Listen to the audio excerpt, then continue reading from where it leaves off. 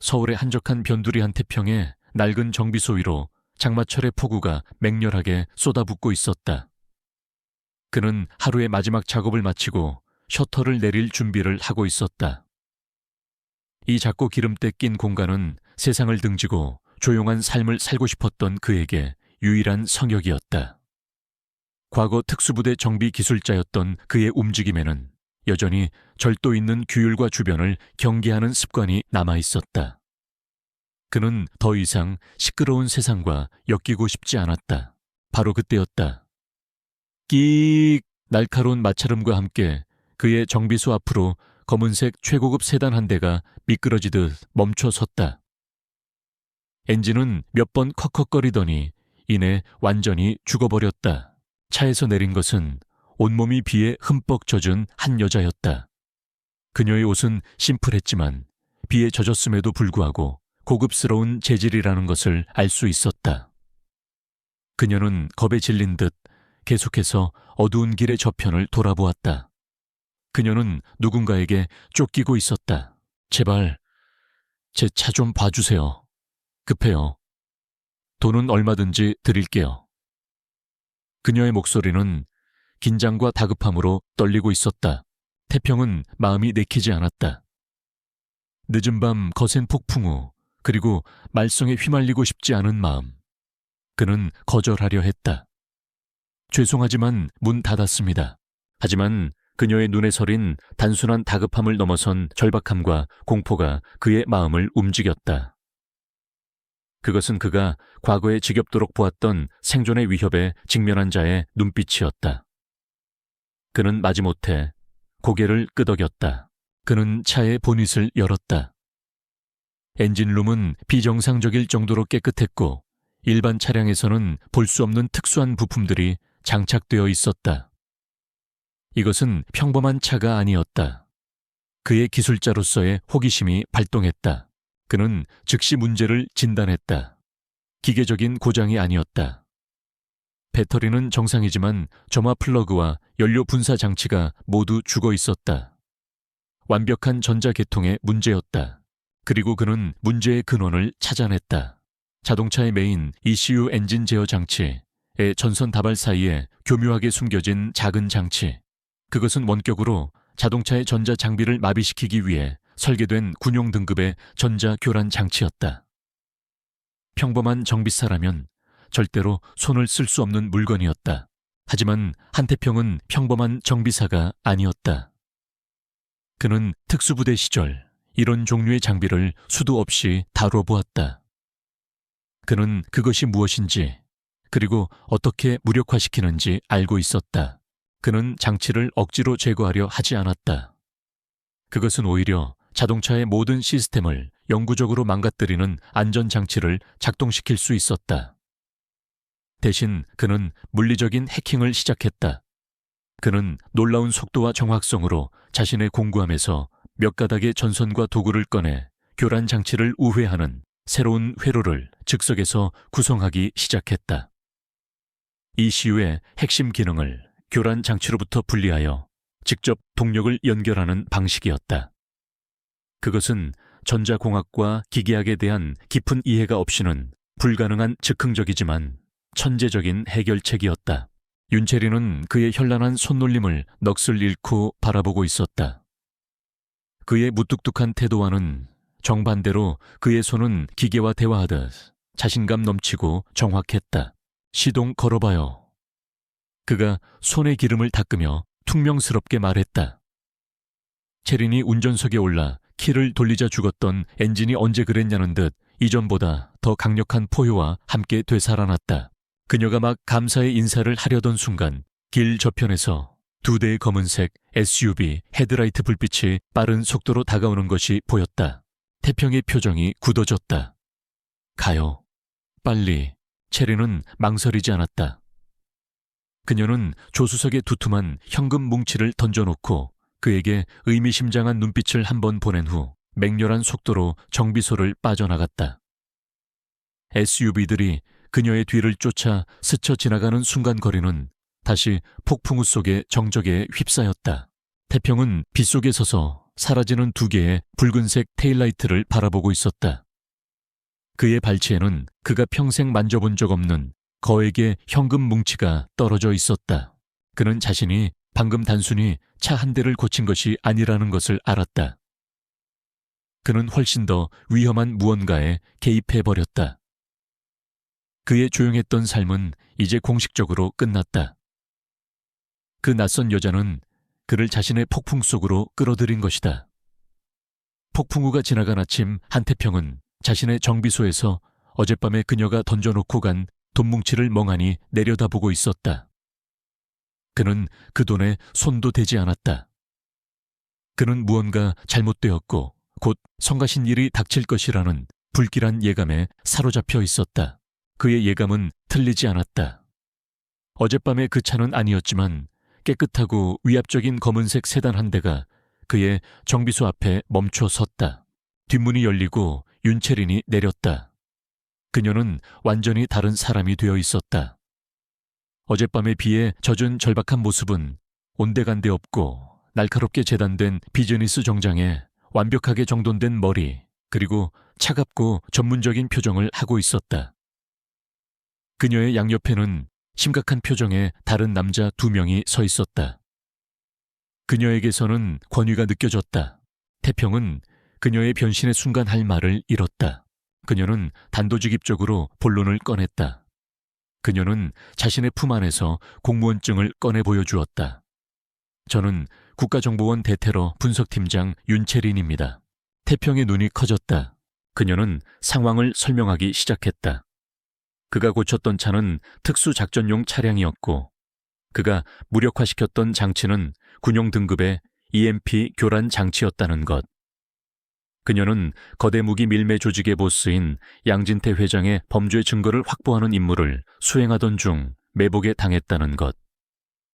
그리고 그가 단순히 장치를 제거하는 대신 우회 회로를 만들어 시스템을 살려낸 그 비정상적인 수리 방식은 국정원의 최고 기술팀조차 현장에서는 불가능하다고 말했던 위협이었다는 것. 그리고 그녀는 그의 행동이 가져온 결과를 설명했다. 어젯밤 당신은 그냥 차를 고친 게 아닙니다, 한태평 씨. 당신은 양진태 회장의 제거 대상이 됐습니다. 그녀는 그에게 2가지 선택지를 냉정하게 제시했다. 첫 번째, 이 돈 그녀는 더 큰 액수를 제안했다과 새로운 신분을 받고 국정원의 도움을 받아 사라지는 것. 하지만 그녀는 양진태 같은 자의 손에서 완벽하게 숨는 것은 거의 불가능하며 그것은 기껏해야 임시방편일 뿐이라고 덧붙였다. 두 번째, 그들과 함께하는 것. 그의 독특한 기술은 양진태의 기술에 대항할 수 있는 귀중한 자산이었다. 그가 그들의 기술 전문가가 되어준다면 국정원의 완벽한 보호와 이 거대한 범죄 조직을 무너뜨릴 기회를 제공하겠다고. 태평은 분노했다. 그는 자신이 원하지도 않았던 전쟁에 끌려 들어온 기분이었다. 단 한 번의 친절 때문에 그의 조용한 삶이 끝나버린 것이다. 그는 처음에는 거절하려 했다. 이건 내 싸움이 아니오. 하지만 체리는 끈질겼다. 그녀는 애원하는 대신 논리적으로 선택을 강요했다. 양 회장은 증인을 남기지 않습니다. 당신은 이미 그들을 받고 그들의 기술을 무력화시켰죠. 당신 생각에 그들이 당신을 그냥 내버려 둘 것 같습니까? 그는 과거 자신이 갈등을 피해 도망쳤던 기억을 떠올렸다. 그는 이제 잠재적인 범죄 현장이 되어버린 자신의 조용한 안식처, 이 정비소를 둘러보았다. 그는 그녀가 옳다는 것을 깨달았다. 이번에는 도망칠 곳이 없었다. 그는 마지못해 냉소적인 결정을 내렸다. 아직은 애국심이나 정의감 때문이 아니었다. 그것은 생존을 위한 선택이었다. 좋소, 하겠소. 대신 내 방식대로 할 거요. 체리는 그의 조건을 받아들이며 고개를 끄덕였다. 거래는 성립되었다. 태평은 자신의 정비소 문을 잠그고 체린과 함께 국정원의 검은 세단에 올라탔다. 그는 자신의 낡고 조용한 삶을 뒤로하고 스파이와 범죄자들의 세계로 제 발로 걸어 들어갔다. 그는 옆자리에 앉은 불과 어젯밤까지만 해도 절박한 소녀처럼 보였던 엘리트 요원을 바라보았다. 그는 그녀의 진짜 정체에 완전히 압도당했고 이것이 놀라움의 시작일 뿐이라는 예감이 들었다. 그의 단순했던 삶은 이제 믿을 수 없을 정도로 복잡해졌다. 한태평이 도착한 국가정보원의 비밀시설은 평범한 물류창고로 위장되어 있었다.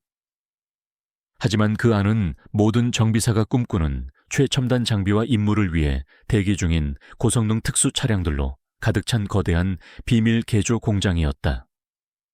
그의 낡은 정비소와는 차원이 다른 곳이었다. 그곳에서 그는 윤채린의 소수 정예 팀원들을 소개받았다. 젊고 명석한 기술 분석가와 노련한 현장 요원. 그들은 처음에는 이 기름쟁이 민간인을 의심과 불신의 눈초리로 대했다. 체리는 태평에게 첫 번째 임무를 주었다. 그가 무력화시켰던 바로 그 EMP 교란 장치를 분석하는 것이었다. 그녀는 그것의 재원 주파수 그리고 약점을 알고 싶어 했다. 바로 여기서 태평의 천재성이 빛을 발하기 시작했다. 그는 놀라운 솜씨로 장치를 분해했다. 그는 단순히 분석하는 것을 넘어 기계와 교감하듯 그것을 직관적으로 이해했다. 그는 즉시 그것의 제조사 양진태 회장의 유령 회사 중 하나와 작동 범위 그리고 결정적인 설계 결함을 찾아냈다. 그는 체린과 그녀의 팀에게 그 결함을 설명했다. 그 장치는 작동 직전에 특정한 전력 신호를 끌어다 쓰는데 적절한 센서만 있다면 이 신호를 미리 감지할 수 있다는 것이었다. 그는 EMP 공격을 사전에 경고하는 탐지기를 만들자고 제안했다. 그의 놀라운 기술력은 마침내 체린의 팀원들로부터 마지못한 존중을 얻어냈다. 그들은 그가 단순한 정비사가 아니라는 것을 깨닫기 시작했다. 그의 다음 임무는 마지막 작전을 위한 임무 차량을 준비하는 것이었다.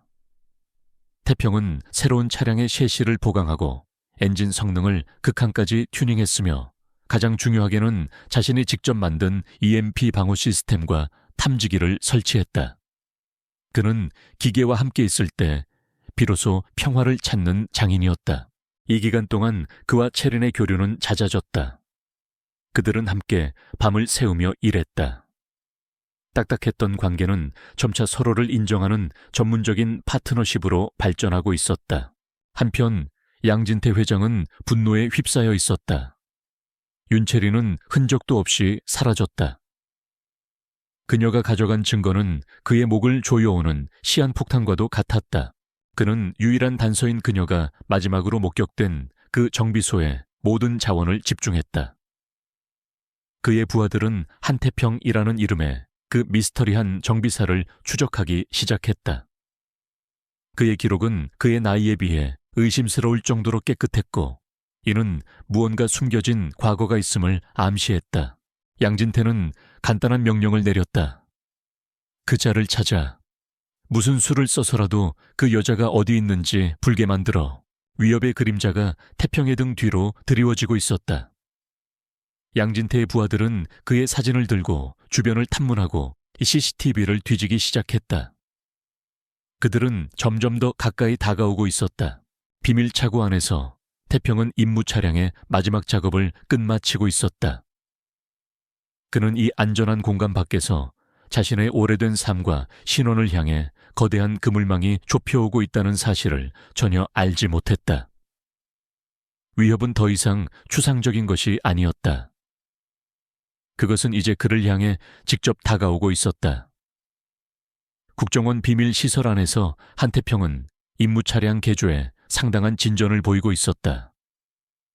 하지만 그의 마음 한구석에는 자신의 유일한 안식처였던 낡은 정비소에 대한 미련이 남아있었다. 그때 정비소 근처에 사는 이웃으로부터 전화가 걸려왔다. 정비소에서 가스가 새는 것 같다는 내용이었다. 그것은 그를 밖으로 유인하기 위한 양진태의 부하들이 파놓은 덫이었다. 윤채리는 그것이 함정일 수 있다며 그가 가는 것을 반대했다. 위험합니다. 저희 팀을 보내서 확인하겠습니다. 하지만 태평은 고집을 부렸다. 내 구역이오. 내가 직접 해결해야지. 그는 자신의 과거를 상징하는 그 공간이 망가지는 것을 원치 않았다. 그는 결국 국정원 요원들의 비공식적인 호의를 받으며 혼자서 자신의 옛 정비소로 향했다. 밤의 정비소 주변 거리는 등골이 오싹할 정도로 고요했다.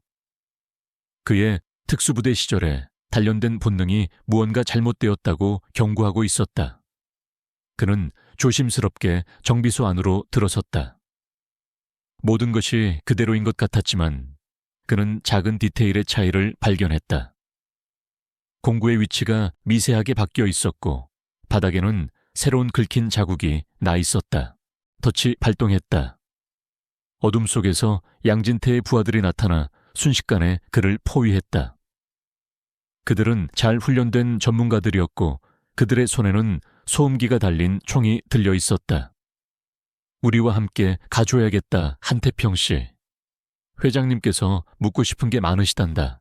바로 그 순간 태평의 분위기가 완전히 변했다. 냉소적이고 세상사에 지친 정비사의 모습은 사라지고 차갑고 효율적인 군인의 눈빛이 돌아왔다.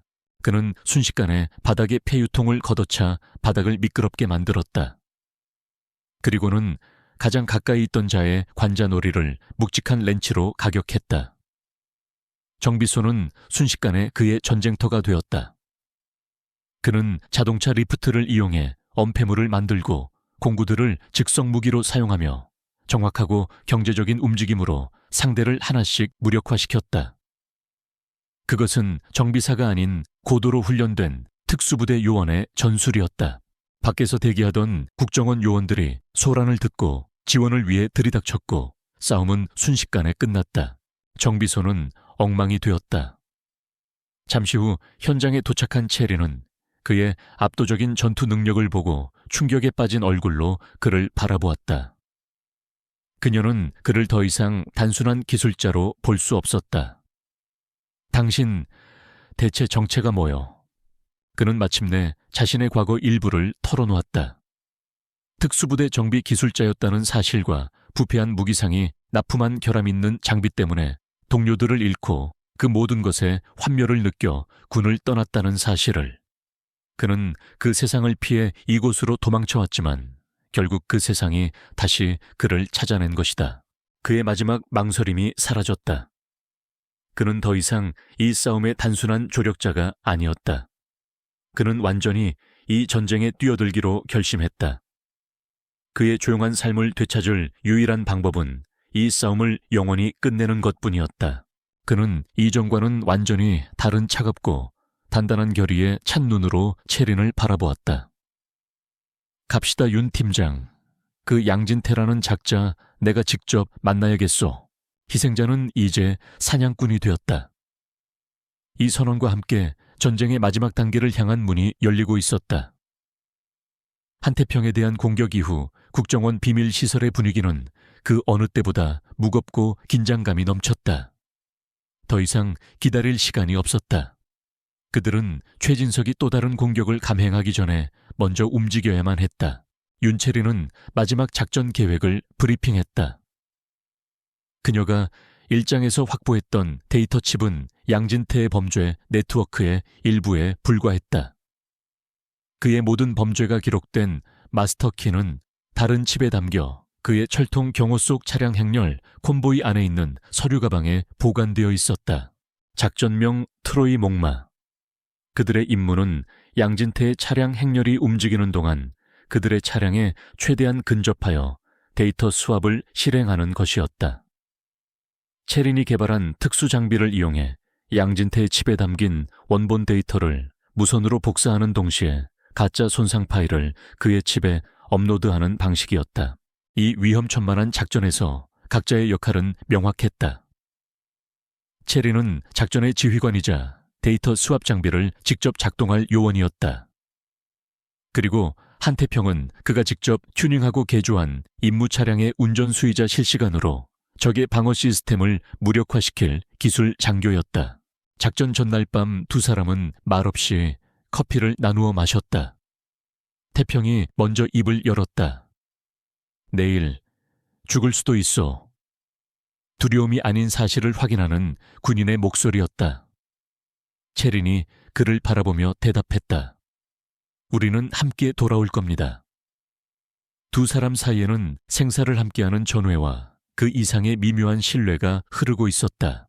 작전 당일, 양진태의 검은색 방탄 SUV 여러 대와 그의 리드 세단으로 이루어진 차량 행렬이 불법 무기 거래를 위해 비밀 공항으로 향하기 시작했다.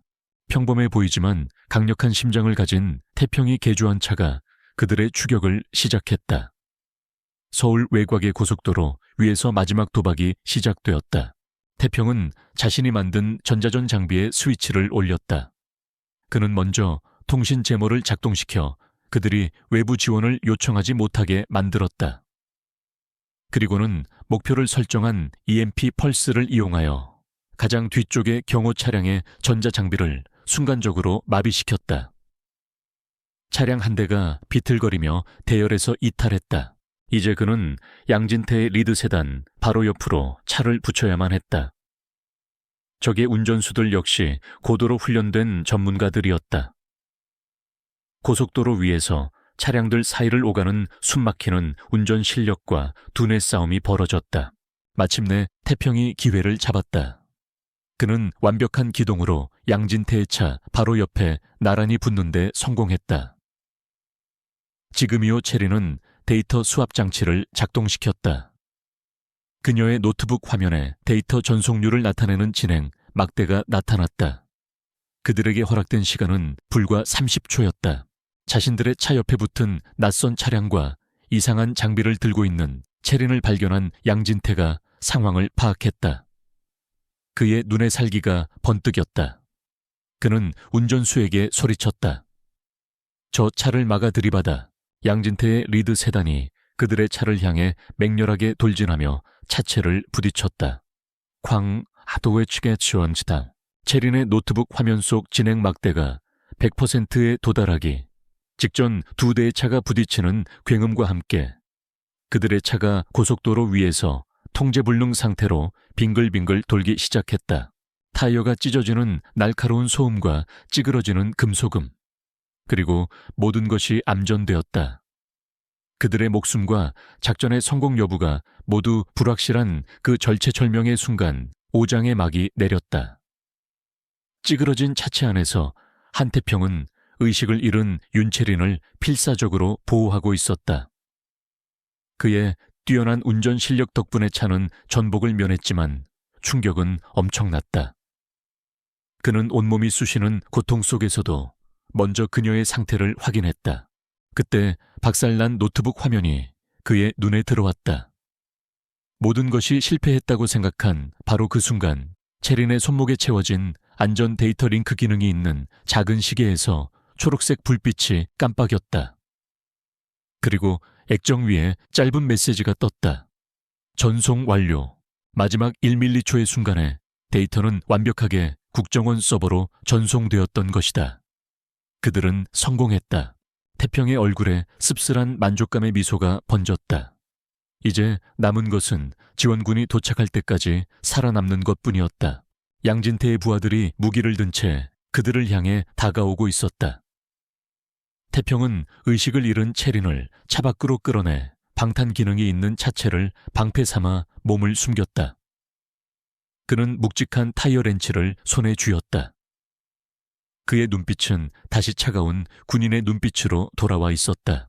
바로 그때 하늘을 찢는 듯한 헬리콥터의 프로펠러 소리와 수많은 사이렌 소리가 고속도로를 뒤덮었다. 국정원의 신속 대응팀이 도착한 것이다. 검은색 헬리콥터에서 로프를 타고 내려오는 대테러 요원들, 고속도로 양방향을 막아서는 검은색 세단들. 양진태에 잘 훈련된 용병들은 국가의 압도적인 힘 앞에서 속수무책으로 제압당했다. 자신의 차 안에서 양진태는 이 모든 광경을 믿을 수 없다는 듯이 지켜보고 있었다.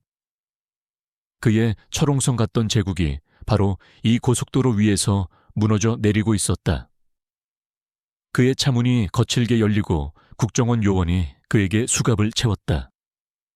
양진태 씨 불법 무기 밀매 살인 교사 국가안보 위협 혐의로 긴급 체포합니다. 혼란이 잦아들고 의료진이 의식을 되찾은 체린을 돌보고 있었다. 태평은 조금 떨어진 곳에서 이 모든 광경을 지켜보고 있었다.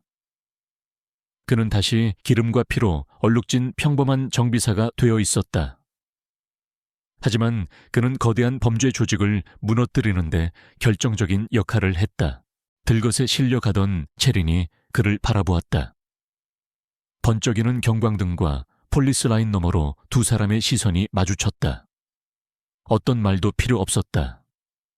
그 눈빛 속에는 안도와 존중, 그리고 함께 승리했다는 깊은 유대감이 담겨 있었다. 수갑을 찬 채 끌려가는 양진태의 모습이 현장에 도착한 뉴스 카메라에 잡혔다. 그들의 길고 길었던 싸움은 마침내 끝이 났다. 정의는 고속도로 위에서 실현되었다. 태평은 그가 도망치고 싶었던 세상에 휩쓸렸지만 그 과정에서 그가 영원히 잃어버렸다고 생각했던 삶의 목적을 다시 찾았다. 모든 것이 끝난 그곳에서 새로운 시작의 가능성이 조용히 싹트고 있었다. 몇 달 후 세상을 떠들썩하게 했던 양진태 게이트의 재판은 막을 내렸다. 양진태와 그의 범죄 조직은 법의 엄중한 심판을 받았다. 한태평의 낡은 정비소는 국정원의 감사 표시로 겉보기에는 평범하지만 안에는 세계 최고의 장비들로 가득 찬 최첨단 시설로 재탄생했다. 그는 다시 동네 사람들의 평범한 차를 수리하는 조용한 삶으로 돌아가려 애썼다. 하지만 그의 내면은 변해 있었다. 세상을 향한 냉소는 줄어들었고 잃어버렸던 삶의 목적의식이 다시 생겨났다. 그가 그토록 원했던 조용한 삶은 이제 어딘가 허전하고 공허하게 느껴졌다.